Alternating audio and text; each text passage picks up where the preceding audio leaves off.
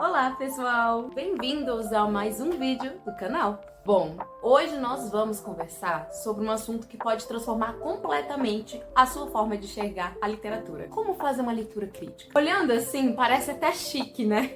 Mas calma, não é tão complicado quanto parece. E eu prometo que vale muito a pena fazer. Fazer uma leitura crítica não é só ler por ler, é pensar enquanto lê. Então vamos descobrir como isso pode levar seus pensamentos e te fazer de um leitor passivo para um leitor ativo. Bom, hoje eu poderia estar com meu café, poderia estar com meu chá, mas hoje eu vou ficar com a minha água. Gente, vocês não têm noção, eu peguei uma gripe e me deixou completamente sem voz. Como é que eu faço minhas fofocas desse jeito, sem voz? Principalmente hoje que eu quero conversar muito com vocês, então eu vou ficar aqui com a minha água.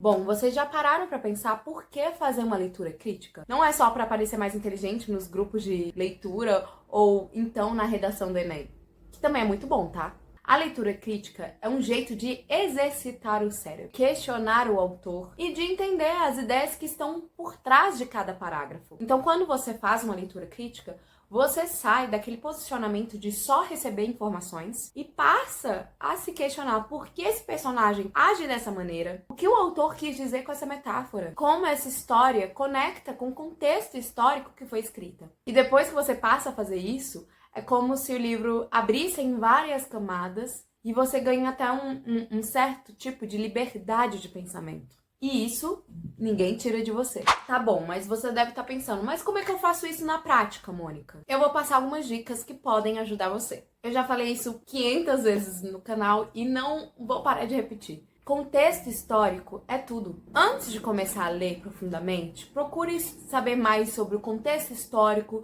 sobre a vida do autor. Isso pode te ajudar a ter uma dimensão das ideias que estão presentes ali no texto. Agora, a próxima dica, talvez muitas pessoas aí não podem gostar tanto, mas eu particularmente amo. E é uma das minhas dicas favoritas, que é marquem o livro de vocês. Rabisquem, passam, marca texto nas páginas de vocês, grife mesmo, faça as anotações. Isso é tão importante. O livro é seu e ele não vai se importar com isso, acredite. Outra dica alinhada a essa é fazer perguntas importantes. Então, quando eu estou fazendo as minhas leituras, eu gosto de fazer algumas anotações, principalmente questionamentos. Como, por exemplo, por que o autor utilizou dessa palavra? Por que ele utilizou dessa metáfora? Qual é a mensagem escondida atrás desse capítulo todo? Ou até mesmo, como essa história se relaciona com as histórias que eu já li. Você quer ver um exemplo? Aqui a gente tem Primo Basílio. A gente pode relacionar essa obra com Dom Casmurro. Qual é o tema comum entre esses dois livros? Traição. Mas como foi que esses dois autores conseguiram fazer e abordar esse tema entre si? É dessa maneira que você vai começar a criar conexões literárias. E isso também vai enriquecer a sua visão de mundo. Agora vamos falar sobre visão de mundo, de transformação. E nisso eu não estou falando para você virar um expert da literatura de um dia para o outro, mas sim de mudar a sua relação e a forma como você vê o texto. Quando você faz uma leitura ativa, você para de ser aquele leitor passivo que só recebe aquelas informações. Ou aquela pessoa que assiste um filme só por assistir, não questiona nada sobre a história, o enredo em si. Isso é interessante porque você passa a participar da história. Você debate com o autor, você reflete sobre as escolhas das narrativas e questiona, inclusive, as ideias apresentadas. Sabe que isso tudo significa liberdade de pensamento.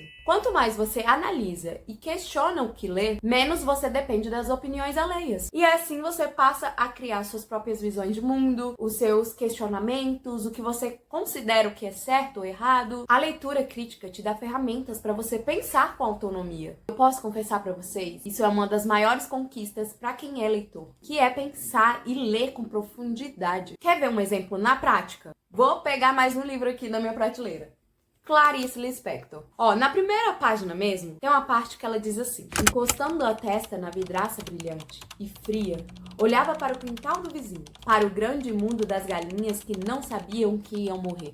O que isso tudo significa? A primeira parte é a gente analisar esses tantos de travessões que ela vai colocando durante essa frase. Por que ela utilizou? É só um recurso estilístico? Se tratando da Clarice Lispector, a gente sabe que não. Quando ela coloca esses travessões, excesso de travessões, é como se ela fosse dar uma nova definição e sentido para essa frase. Sabe quando você vai procurar uma definição de uma palavra e começa com tradução? Pois bem, é exatamente isso que ela vai fazer aqui nessa frase. Ela vai dando um novo significado, um novo olhar para esse mundo das galinhas. E ela finaliza o texto utilizando a palavra morrer, como se ela tivesse ali também um conhecimento da finitude humana. E isso tudo traz uma sensação filosófica na obra. É um mergulho exatamente nos pensamentos. E isso é Clarice Lispector. Então isso tudo é mais do que ler. É mergulhar nas ideias do autor e fazer também relações com o mundo ao seu redor.